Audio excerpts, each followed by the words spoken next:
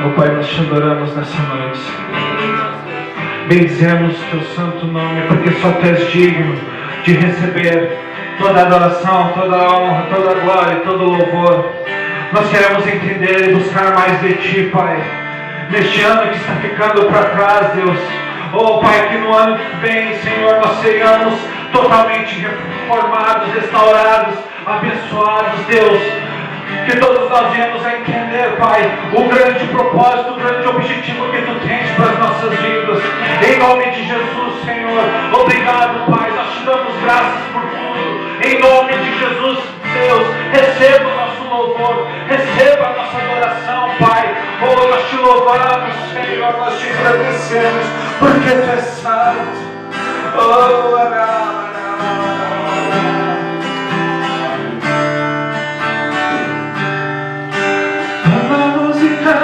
esmorece, o resto desaparece, simplesmente a ti me achego, ansiando oferecer algo de valor, abençoar teu coração. És povo, mas agora sois povo de Deus. Antes não tínhamos alcançado misericórdia, mas agora alcançastes misericórdia. Amém? Amém? Essa palavra Deus me deu, irmãos, e eu já conhecia essa palavra. E o que Deus tocou no meu coração quando Ele me deu a palavra foi através de uma revelação. Amém? Mas foi assim, irmãos, a gente tem que estar atento, sempre atento a ouvir do que o Espírito Santo quer falar conosco. Amém? Porque a voz do Espírito é a voz de Deus. E quando Deus ele dá uma ordem, quando Deus ele fala conosco, cabe a nós obedecer, ouvir e obedecer. Amém? Amém. Não basta a gente ouvir a voz do Espírito e não praticar. A gente tem que ouvir e pôr em prática aquilo que nós ouvimos de Deus. Aquilo que Ele fala aos nossos corações. E Deus ele me deu então uma visão. Eu queria me ater ao que o apóstolo Pedro disse. É interessante porque hoje pela manhã eu fui almoçar na casa da minha sogra. E glória a Deus, abençoado, a obreira Clarice, amém? E eu tive a oportunidade de conversar com o pastor José. O pastor José é cunhado da dona Clarice, parente, né? Casado com a pastora Cristina. E eu tive a oportunidade de conversar com esse homem de Deus por quase 2 horas.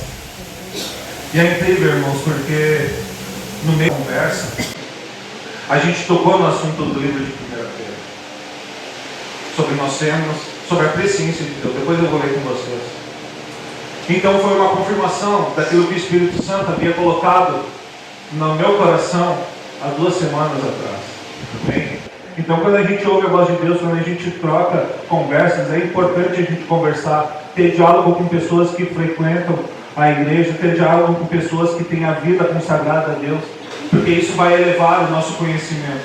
E quanto mais a gente crescer na palavra, quanto mais a gente crescer na promessa, quanto mais a gente crescer, mais a gente se aproxima do plano perfeito que Deus tem para as nossas vidas.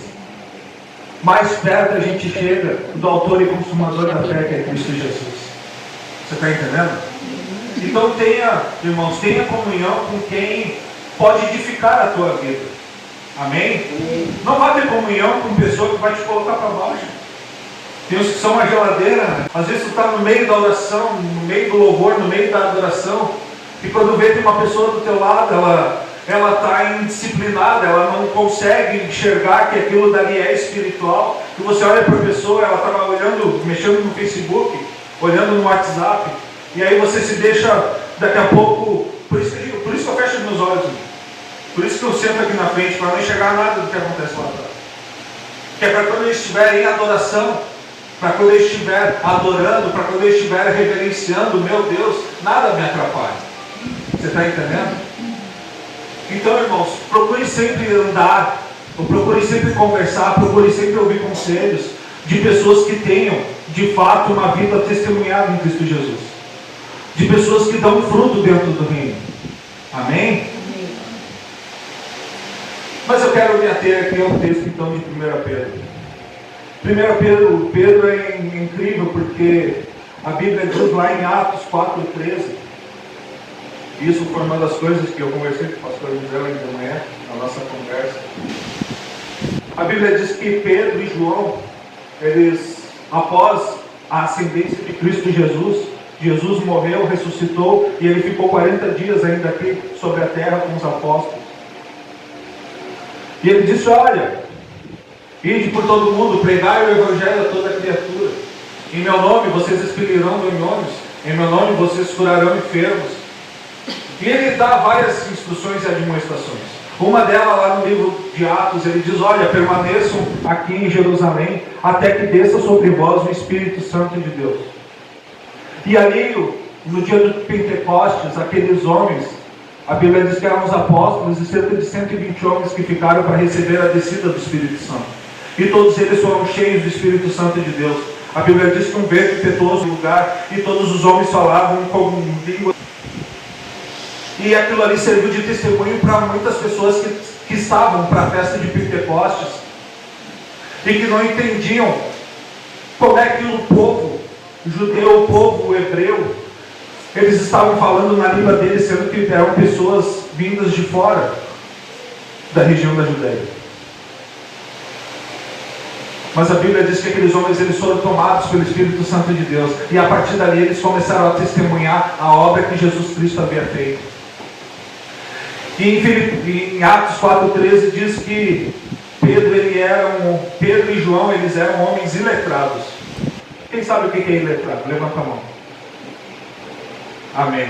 Pastor José sabe, né, pastor? A gente conversou hoje de manhã sobre isso. Eu disse que eles eram analfabetos, e o pastor disse: não, eles eram semi-analfabetos. O que significa isso, irmão? Significa que Pedro, ele não teve um estudo, ele não concluiu nem no ensino fundamental. Ele apenas sabia pouca coisa sobre escrever e sobre ler. Deus escolheu, nos fez geração eleita, quando Ele nos trouxe das trevas para a sua maravilhosa luz. E quando Deus, Ele nos tira do mundo de pecado, quando Ele nos tira do mundo das trevas, quando de fato a gente converte o nosso coração, a gente passa a atentar para as coisas do Espírito. E a gente passa a fazer parte do plano maior de Deus para as nossas vidas. Amém? A gente passa a orar, a gente passa a adorar, a gente passa a entender, a compreender as coisas espirituais, mesmo que a gente seja iletrado, mesmo que a gente não tenha concluído o ensino fundamental, o ensino médio, não importa. Tudo isso daí fica para trás, porque faz parte de um plano passado.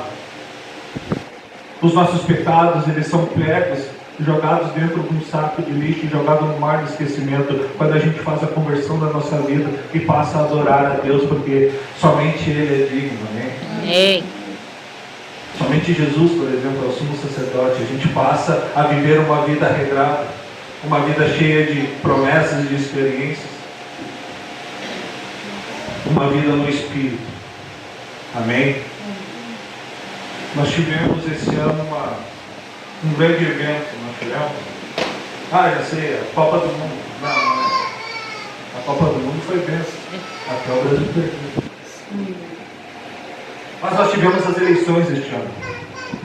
Amanhã o presidente toma posse, e ele foi eleito pela maioria dos brasileiros. E quando ele é eleito, o que ele passa a ter? Poder. A partir de amanhã, o novo presidente, ele tem poder para mandar e desmandar na nação que o escolheu, que o elegeu como presidente da nação. Irmãos, cabe a nós orarmos pela autoridade que nos foi posta. Se ele foi posto lá, certamente foi com o consentimento de Deus. Amém? Então não interessa se ele é o teu candidato ou não. Cabe a você orar por ele, para que Deus dê sabedoria e guie a nação, porque você faz parte dele. Assim como você tem que orar pelo que assume amanhã, porque ele detém o poder, e é ele que vai comandar a nação onde você vive.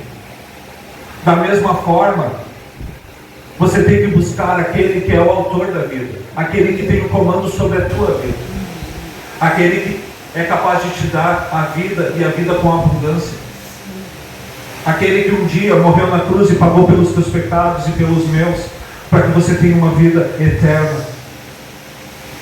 Então, irmão, você faz parte de uma geração que foi escolhida por Deus. Você acha que está aqui porque você escolheu estar aqui hoje, à noite? Eu vim porque o fulano me convidou. Meu irmão me convidou, minha irmã me convidou.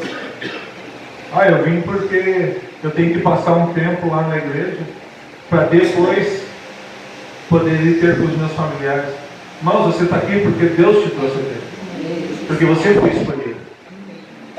Você foi chamado e você foi escolhido. Você não está aqui por livre e espontânea vontade. Foi Deus quem te trouxe até aqui. Amém? E se Ele te trouxe é porque Ele tem um propósito na tua vida. Amém. Se Ele te trouxe é porque Ele quer fazer de você uma geração eleita, uma geração de adoradores, uma geração de pessoas que busquem a face de Deus, uma geração que tenha fome e sede da palavra, uma geração que tenha fome e sede de justiça, uma geração que esteja disposta a dobrar os seus joelhos e interceder e orar pela nação onde vive. Sabe, irmãos, não perca a oportunidade. Você tem a oportunidade. Se você tem a oportunidade de vir nas quartas-feiras à tarde aqui neste lugar às 15h30 para ouvir uma palavra, para ser abençoado, não deixe de vir, venha. E é incrível porque se você ler o livro de 1 Pedro, tem palavras aqui que até então eu mesmo, que por ser ensino superior, que tenho toda a eloquência humana, tenho vários estudos, palavras que eu mesmo não conhecia, de um homem letrado. Tudo isso por quê? Porque ele era instruído pelo Espírito Santo de Deus a fazer toda a boa obra. Você olha, por exemplo, no início do livro dele, não precisa abrir, tá? Que tenha nos gerado, ela se esqueça de nós. Deus, Ele não se esquece. Então tudo aquilo que foi prometido se cumprirá na tua vida. Amém? Então nós somos a geração escolhida por Deus, escolhida para fazer a diferença. Nós somos a geração escolhida para testemunhar as boas novas, para trazer uma esperança, uma ponta de esperança para aqueles que ainda não conhecem a palavra, para aqueles que ainda estão sofrendo, estão nas garras, nas mãos de Satanás, aqueles que não conseguiram ainda vencer um propósito que foi estabelecido na vida deles. É para isso que você foi escolhido. Você não foi escolhido só para estar aqui dentro da igreja, orando, lendo, ouvindo a palavra. Não, você foi escolhido para ser sal e luz da terra lá fora, no mundo. É para isso que você foi escolhido. É para isso que você foi eleito. Você detém o poder. Amém? A Bíblia diz que nós somos geração eleita, sacerdócio real. Amém? Por quê? Porque hoje nós podemos dizer que nós somos sacerdotes e reis. Amém?